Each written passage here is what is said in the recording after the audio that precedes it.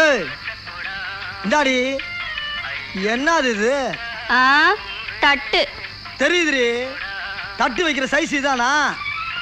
கொழுப்பு குடும்பம் அழிஞ்சு போவோம். தோசையை வைடி. கல் இருக்கு, மாவு இல்ல.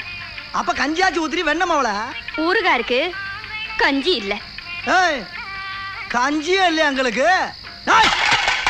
யார்கிட்ட பேசுற? இந்த பார், எதுக்கு உட்காந்துக்கிறது யார் தெரியுதா? சூனா பானா. சூனா பானானா சுப்பையா பாண்டியா அதானே? பேர் சொல்லி கூப்பிடறாடியே.